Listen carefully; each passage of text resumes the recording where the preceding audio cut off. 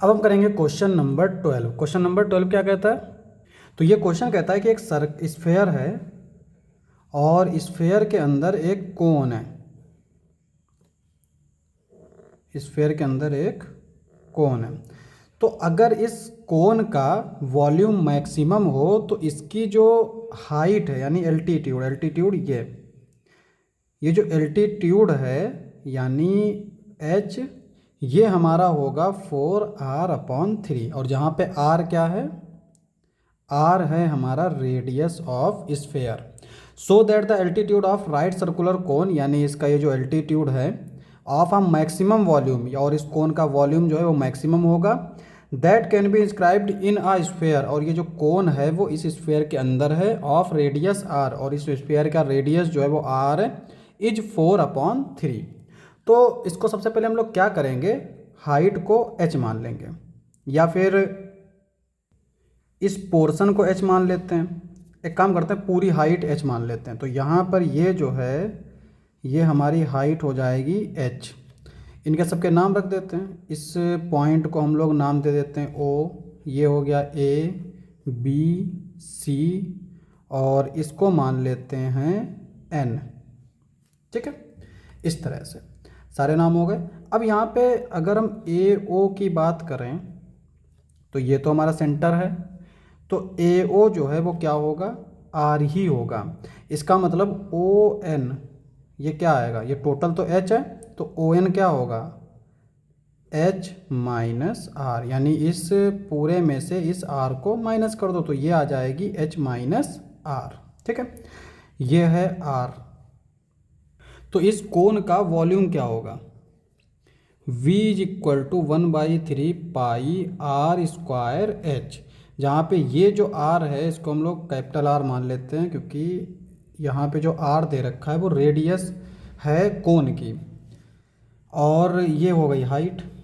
तो 1/3 pi.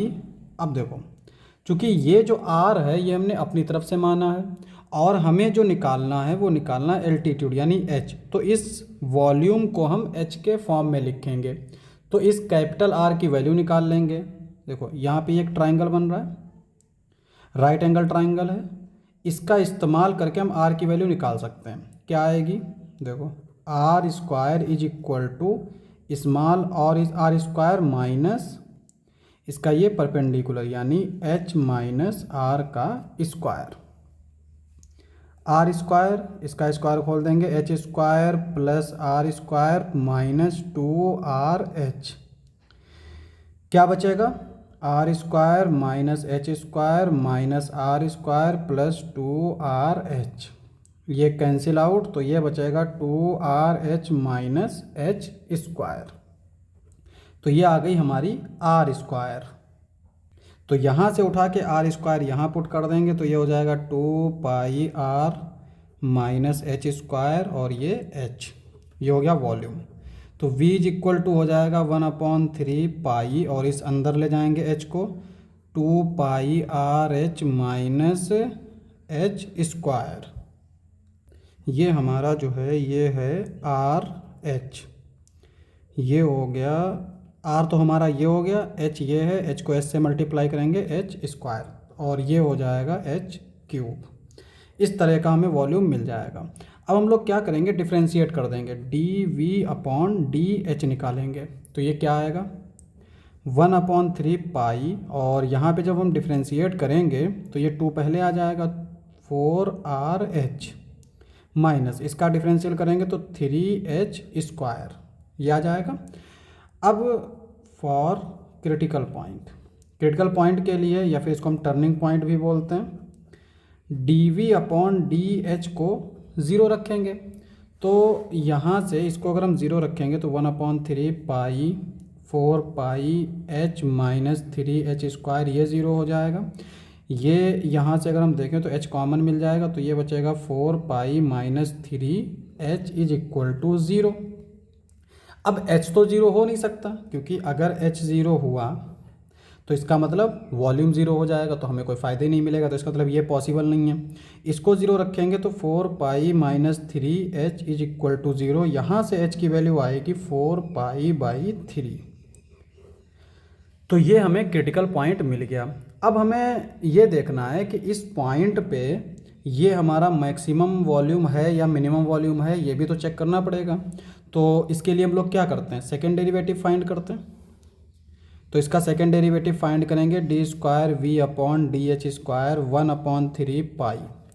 H के respect में डिफरेंशियल करेंगे, 4r माइनस 3 2 जा 6h। ये वाली वैल्यू रख देंगे तो ये हो जाएगा 1/3 पाई 4r।